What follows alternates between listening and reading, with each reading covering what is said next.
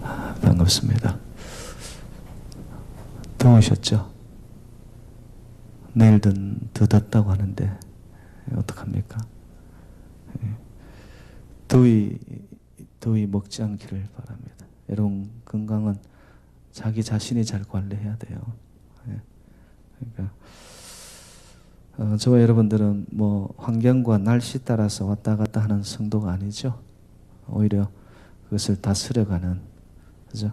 온도계처럼 날씨 더우면 그냥 샥 열받아 올라갔다가 추우면 그냥 급전직하하는 어떤 그런 온도계 말고 말입니다. 여러분 온도 조절기, 그죠? 밖이 더우면 내 안에서 이거를 조절하는 거예요. 어떤 게는 냉정하게 자기를 컨트롤할 수 있고, 밖이 추우고 얼어붙는데도 여러분 조절기는 안에서는 여기 열기가 올립니다. 이렇게 환경과 어떤 날씨와 주변의 요인에 의해서 내가 끌려가는 게 아니란 말이죠. 그죠? 새누리 재단의 성도님들은 여러분 그 정도의 수준은 있다고 생각합니다. 아닌가요? 예. 수준이 있어요, 여러분. 수준이 있다고 믿어버리세요, 그냥. 믿음의 자부심을 가지고 가면 됩니다.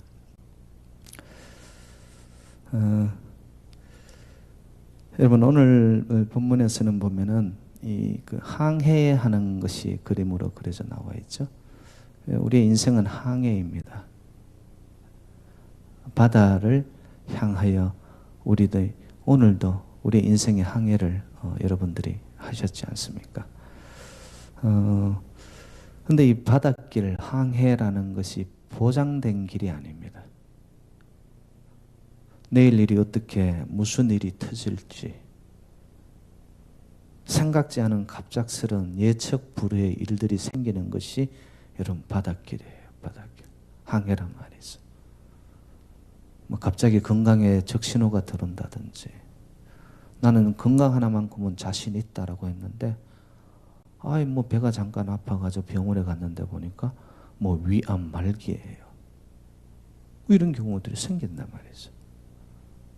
그런가 하면은 자녀의 문제들이 이 자식만큼은 어디 내어놔도 문제 없다라고 그렇게 했던 이 자식이 한순간 그냥 그렇게 부모의 속을 썩이는 거예요. 자녀의 문제, 뭐 여러분 저와 여러분들이 가지고 있는 이 물질이라는 거, 경제적인 거 말입니다. 이거 보장된 거예요? 아니거든요. 있다가도 없어지는 거예요. 돌고 돈다고 해서 돈 아니에요, 여러분. 그게 내한테 들어왔다고 해서 내 주머니에 있다고 해서 그게 또 내 것인 거예요. 이거는 내가 이 비즈니스만큼은 탄탄대로다 생각했는데 여러분 갑자기 뭐 경제적인 한파가 불어와가지고 문제가 터지기도 하고요. 그리고 당신만큼은 나의 인생에 있어서 베스트 프렌드라고 생각하면서 모든 것을 나누고 내 속을 다 들여다 보여주고 했는데 한순간 이 관계에 어려움이 찾아옵니다. 가까웠던 자가 등을 돌립니다. 이게 우리 인생살이에요, 여러분. 인생이 하나 이것이다라고 보장되어서 100% 문제없다라고 그런 게 있나요? 아니라는 거죠. 오늘 본문에서도 보면은 아니나 다를까 예수님이 제자들과 함께 배에 오르셨어요. 그리고 바다 건너편으로.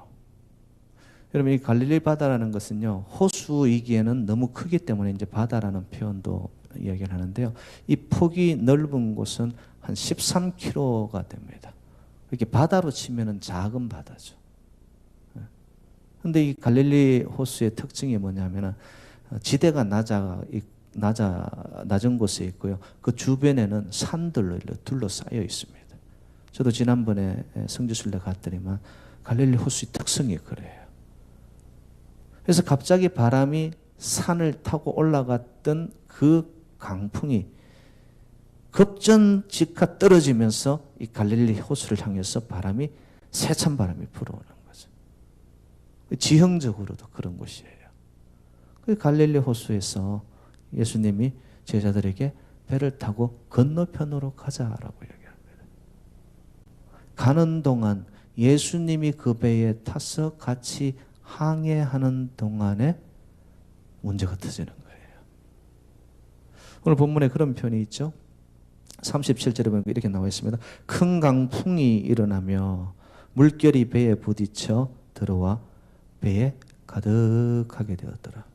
강풍이 불어친 정도만이 아니라 그 강풍으로 인해 가지고 물이, 바닷물이 배에 이제 흥건히 가득하게 되어서 배가 어떻게 될까요? 좀 있으면 가라앉는 거예요. 이게 가라앉고 있는 거예요. 자, 여기서 여러분 우리가 하나 놓치지 말아야 될 게 뭐냐면, 예수 믿으면은 여러분 우리 인생이 무풍지대의 비단길 인생을 가는 겁니까?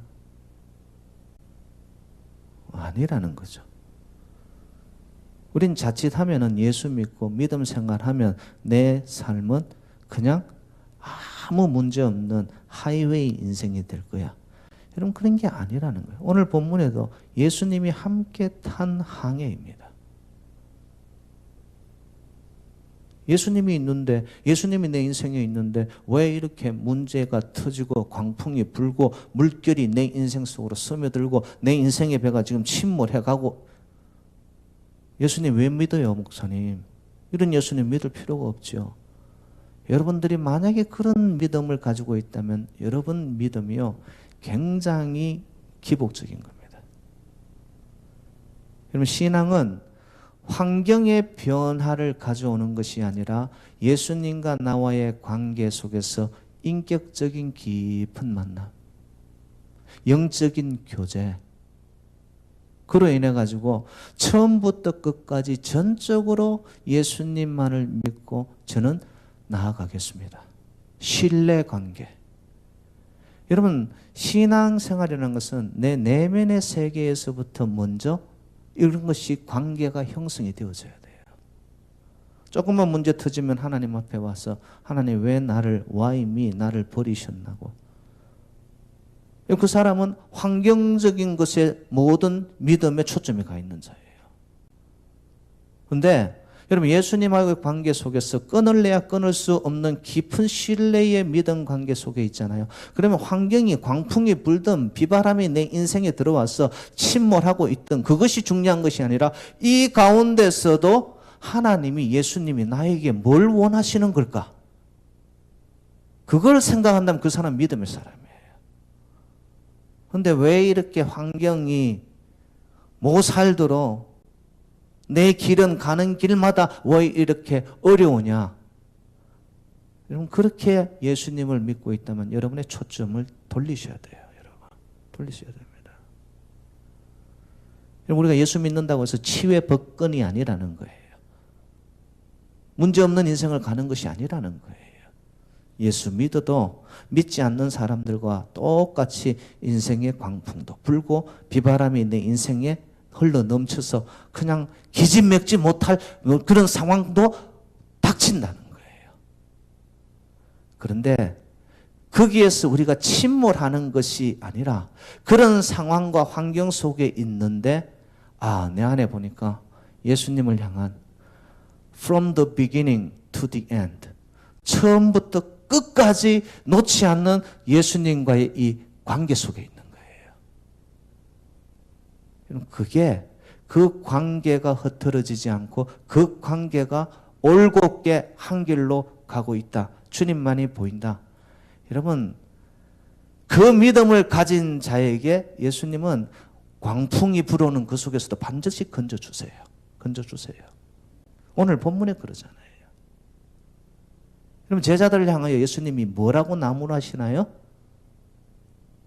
왜 두려워했느냐? 두려워했다라는 것을 달리 표현하면 너희들에게 나를 향한 믿음이 처음부터 있었냐라고 묻는 거예요, 이게. 그럼 처음부터 전적으로 예수 그리스도를 의지하고 믿고 갔다면은 그 광풍이 불어오는 상황 속에서도 그걸 바라보고 어떻게 했을까요? 두려워 떨고 환경적인 문제 앞에서 내 인생이 얼어붙는 상황이 아니고 그 상황이 오더라도 그것을 담담하게 이 가운데서도 하나님 반드시 시련과 고난을 통한 하나님의 또 다른 인생의 엑짓과 축복이 있을 것이다. 그게 믿음이죠. 그게 믿음이죠.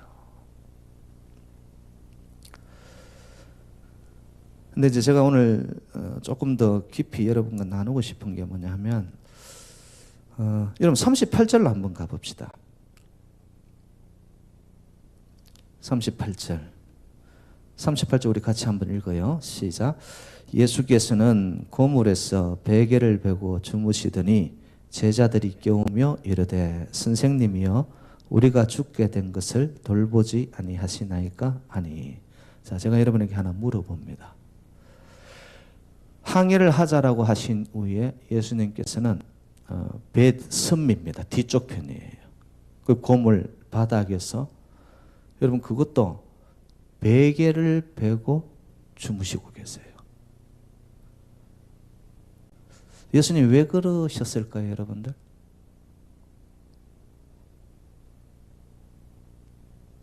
제자들한테 다 맡기고, 아유 나는 너희들을 믿는다. 성경학자들은요, 그 정도로 예수님께서 하루의 일과가 피곤하셨다 이해됩니다.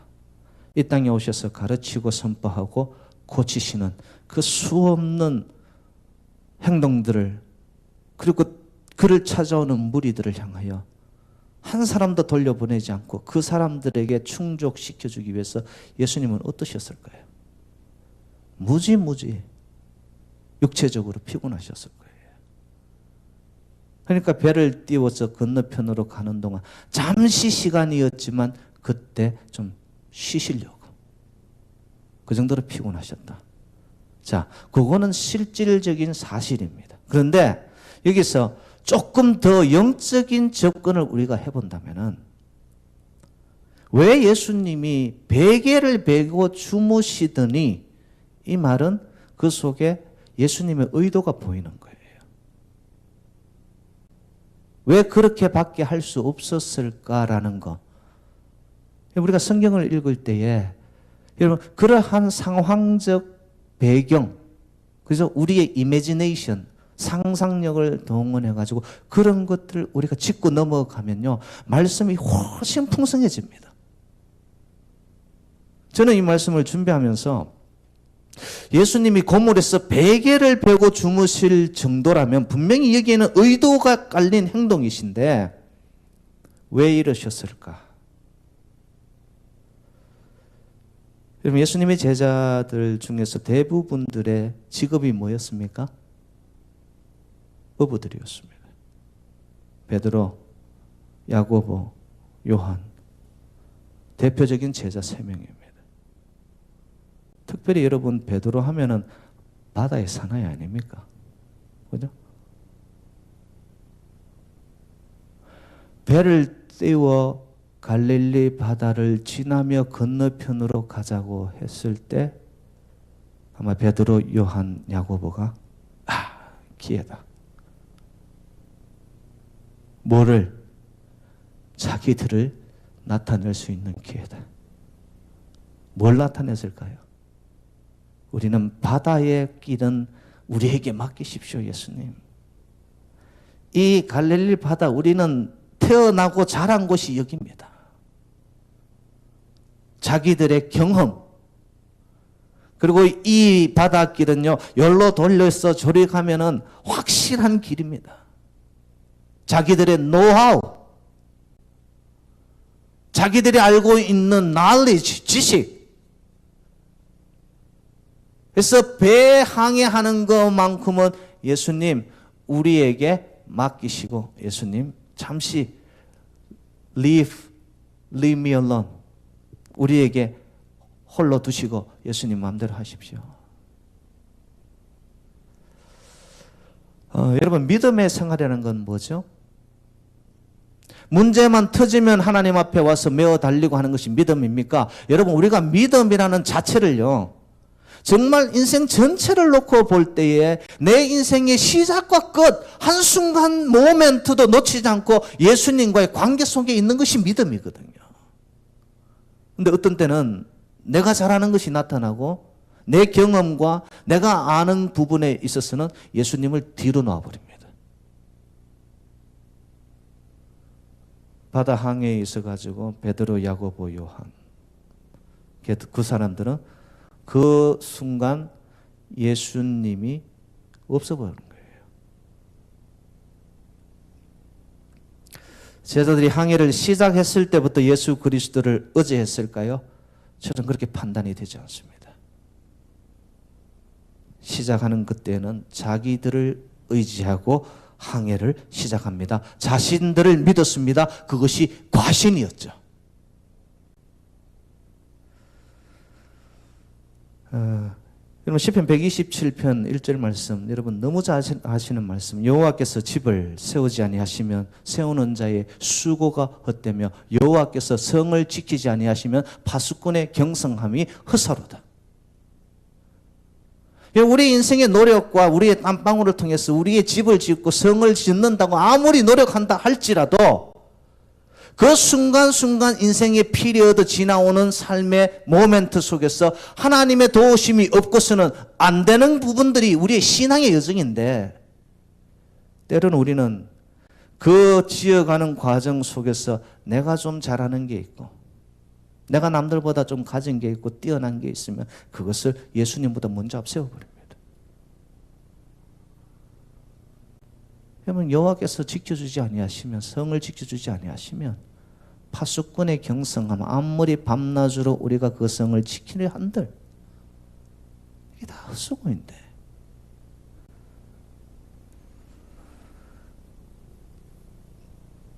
저와 여러분들 인생의 어려운 일을 만날 때, 풍랑이 찾아올 때, 그리고 인생의 이 물결이 나의 삶으로 밀려 들어와 내가 감당하지 못할 그때, 여러분 돌아보세요.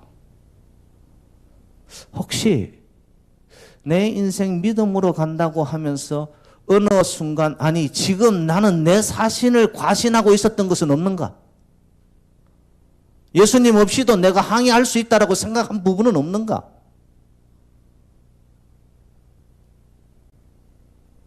여러분, 우리 인생의 믿음이라는 것은요, 하나님을 떠나 살 수 없는 것이 이 믿음의 과정이거든요. 근데 조금만 우리가 두드러진다 싶으면 그것을 여러분 과시하고 드러내고 아니라는 것이죠.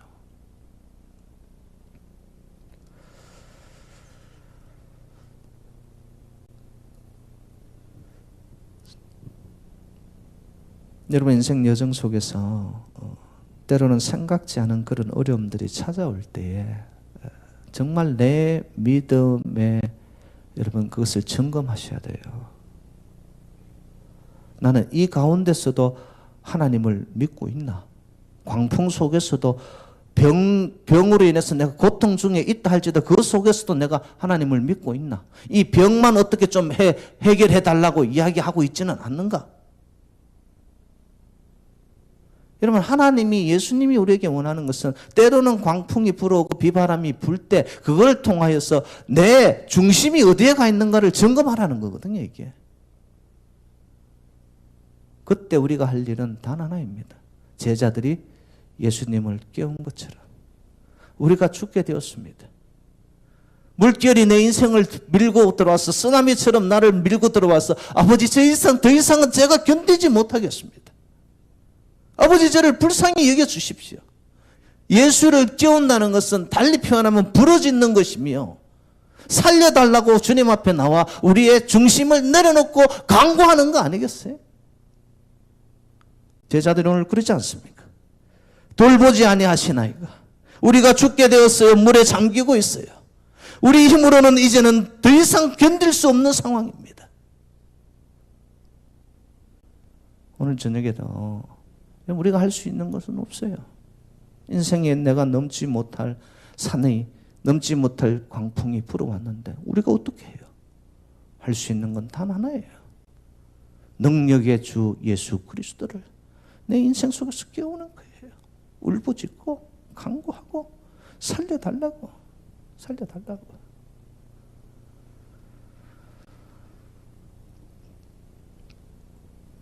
오늘 저녁 저희들 여러분 예수 그리스도를 우리의 인생에 여러분 액세서리로 생각하지 마십시오.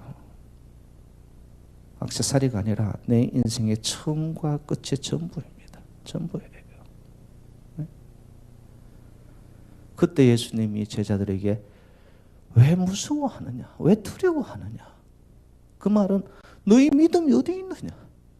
너 나를 믿는다고 했지 않았느냐? 나를 따라온다고 하지 않았느냐?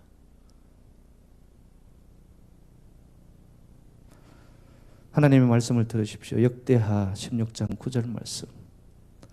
여호와의 눈은 온 땅을 두루 감찰하사 전심으로 그를 향하는 자에게 능력을 베푸시나니. 여러분 믿음은 뭐냐? 일부분 한순간 하나님 앞으로 돌아오는 것을 믿음의 사람이라고 이야기하지 않습니다. 믿음은 어떤 상황, 어떤 처지, 어떤 순간 속에서도 전심으로 전적으로 하나님만을 의지하며 나가는, 전적으로 신뢰하는 거고 의탁하는 거고 맡기는 거죠. 그 사람을 믿음의 사람이라고 얘기하는 거죠.